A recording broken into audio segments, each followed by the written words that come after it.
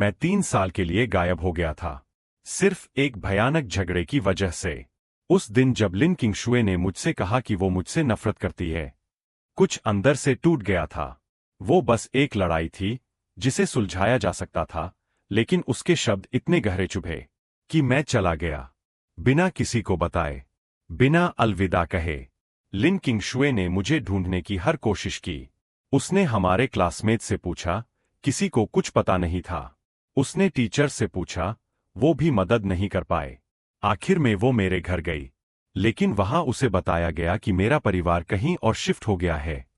कोई पता नहीं, कोई सुराग नहीं, कुछ भी नहीं। और वहीं से उसकी उम्मीद टूटने लगी।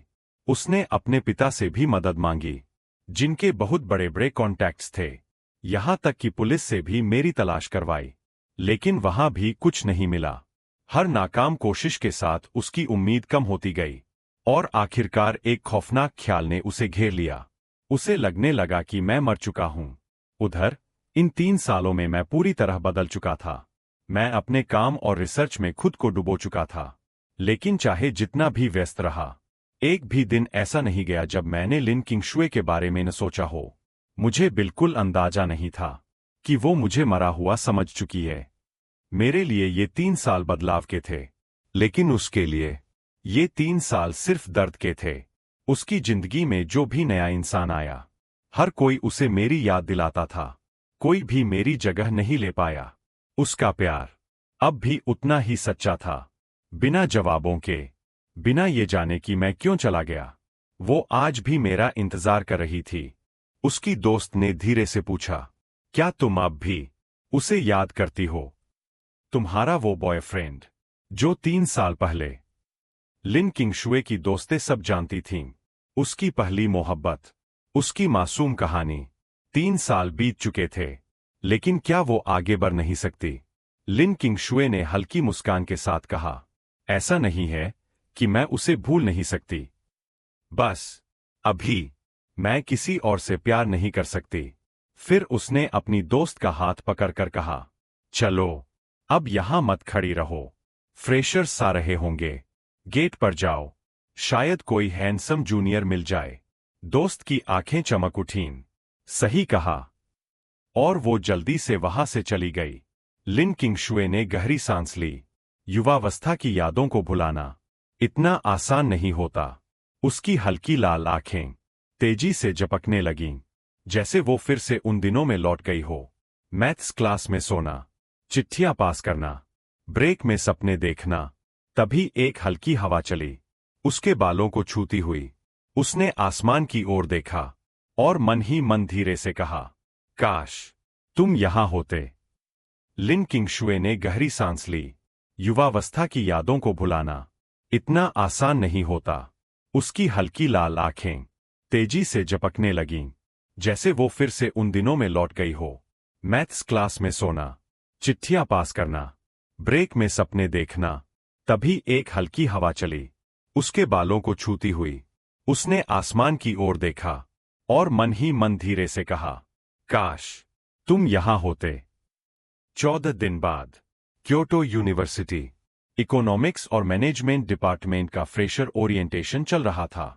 लिन किंगशुए सफेद लंबी ड्रेस में शांत भाव से एक कुर्सी पर बैठी थी। उसके लंबे काले बाल धूप में हल्के हल्के लहरा रहे थे। उसकी आंखें झील जैसी साफ, और उनमें हमेशा एक हल्की सी मुस्कान रहती थी। उसका मासूम चेहरा एक अलग ही आकर्षण बिखेर रहा था। बस चुपचाप बैठी हुई भी वो हर किसी की नजरें अपनी ओर खींच रही थी।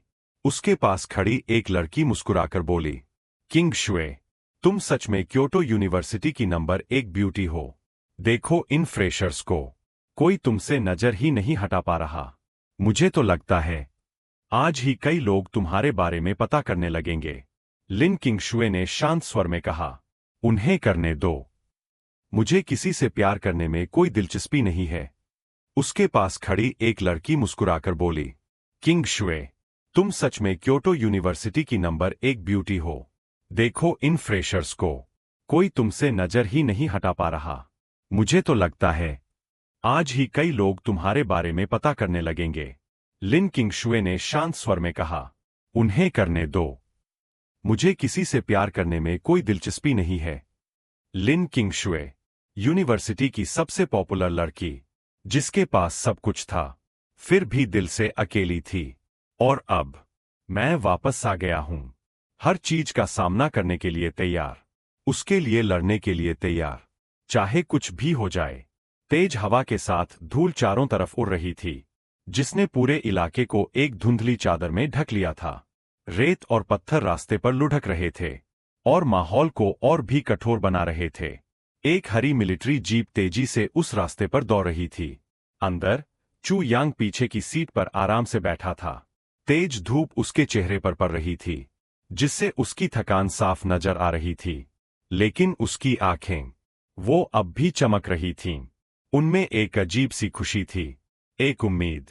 तभी उसके फोन से एक उत्साहित बूढ़े आदमी की आवाज सुनाई दी।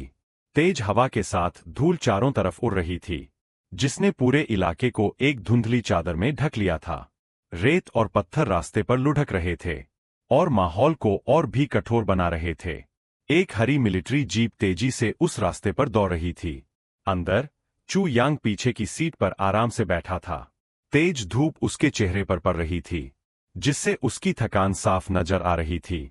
लेकिन उसकी आंखें, वो अब भी चमक रही थीं। उनमें एक अजीब सी खुशी थी, एक उम्मीद। तभी उसके फोन से एक उत्साहित बूढ़े आदमी की आवाज सुनाई दी। मैं क्योटो यूनिवर्सिटी जा रहा हूं, एक पुराने वादे को पूरा करने के लिए। यह कहते हुए चू यांग ने फिर से अपने हाथ में पकड़े चार पेपर की तस्वीर को देखा।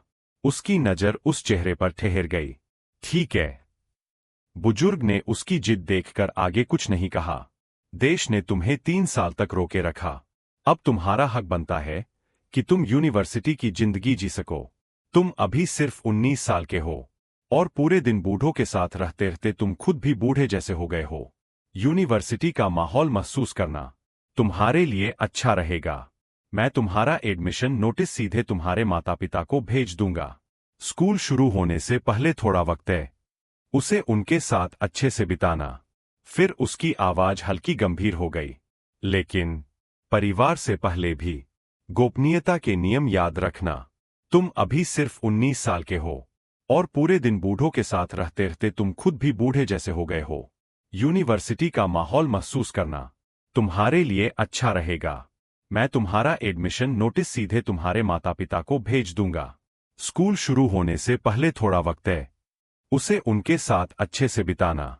फिर उसकी आवाज हल्की गंभीर हो गई। लेकिन परिवार से पहले भी गोपनीयता के नियम याद रखना। बुजुर्ग आदमी खुशी से बोला, बताओ, अगर कोई बड़ी बात नहीं हुई तो मैं जरूर मदद करूंगा। चू यांग ने हल्का सा सिर हिलाया। क्या यूनिवर्सिटी एडमिशन का समय खत्म हो गया है? क्योटो यूनिवर्सिटी 2 हफ्तों में शुरू हो रही है। मुझे वहां फर्स्ट ईयर इकोनॉमिक्स और मैनेजमेंट प्रोग्राम के लिए एक एडमिशन लेटर चाहिए। क्या? फोन के उस पार बुजुर्ग तुरंत हंस पड़े। शाओचू, तुम मजाक तो नहीं कर रहे? तुम्हारे रिसर्च लेवल के साथ क्योटो यूनिवर्सिटी में फर्स्ट ईयर में क्या सीखोगे? ओल्ड झांग ने तुम्हें हुआशिंग यूनिवर्सिटी में ऑनरेरी प्रोफेसर बनने का ऑफर दिया था। तुमने उसे भी मना कर दिया और अब तुम खुद स्टूडेंट बनना चाहते हो। तुम इस साल चाइनीज एकेडमी ऑफ साइंसेज के एकेडेमिशियन बनने वाले हो। तुम्हें यूनिवर्सिटी जाने की कोई जरूरत नहीं है, और अगर जाओ भी तो इलेक्ट्रॉनिक इंफॉर्मेशन जैसा कोई फील्ड क्यों नहीं?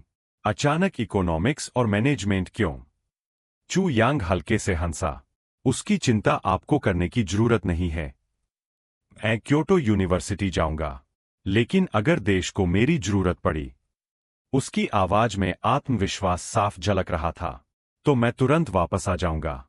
शाओचू, चिप के टेस्ट रिजल्ट आ गए हैं। सब कुछ उम्मीद से भी बेहतर चल रहा है। इन 3 सालों में तुमने सच में बहुत मेहनत की है। तुमने हमारे देश की एक बहुत बड़ी समस्या हल कर दी और एक बहुत बड़ा योगदान दिया है।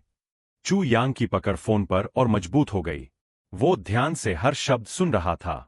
आज के बाद हमें हाई प्रिसिजन चिप्स के लिए किसी विदेशी देश पर निर्भर नहीं रहना पड़ेगा। ये खबर सीधे ऊपर से आई है। बुजुर्ग की आवाज गर्व से भरी हुई थी। 1 महीने बाद जब रिसर्च बेस का सारा काम पूरा हो जाएगा तो क्योटो में एक भव्य समारोह रखा जाएगा। विज्ञान और प्रौद्योगिकी मंत्रालय खुद तुम्हें चीन का सबसे बड़ा वैज्ञानिक सम्मान देगा, नेशनल साइंटिस्ट मेडल। लेकिन अचानक उसकी आवाज थोड़ी गंभीर हो गई। लेकिन गोपनीयता के नियमों के कारण ये अवार्ड और मेडल सार्वजनिक नहीं किए जाएंगे और तुम्हारा नाम भी खबरों में नहीं आएगा। मुझे पता है ये तुम्हारे साथ थोड़ा अन्याय है। बताओ, तुम्हारी कोई इच्छा है? मैं पूरी कोशिश करूंगा उसे पूरा करने की।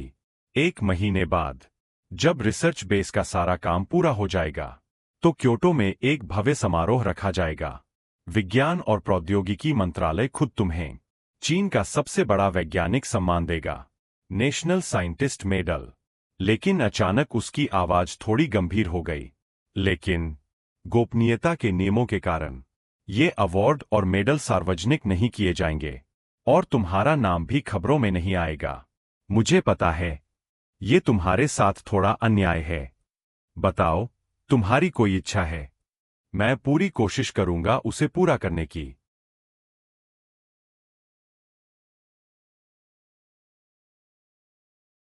फोन कटने के बाद चू यांग ने धीरे से अचार पेपर उठाया और उसे ध्यान से देखने लगा, जैसे हर शब्द में कोई याद छिपी हो। लिन किंगशुए, किंगयांग सिटी की रहने वाली। किंगयांग नंबर 1 हाई स्कूल। 1 साल पहले प्रांत की टॉप साइंस स्टूडेंट, 703 अंक।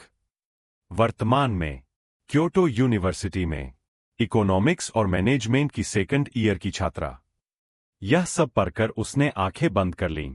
थकान के साथ साथ पुरानी यादें उसके मन में उभरने लगीं। अचानक बीते हुए दिनों की एक याद उसके सामने आ गई। क्लासरूम।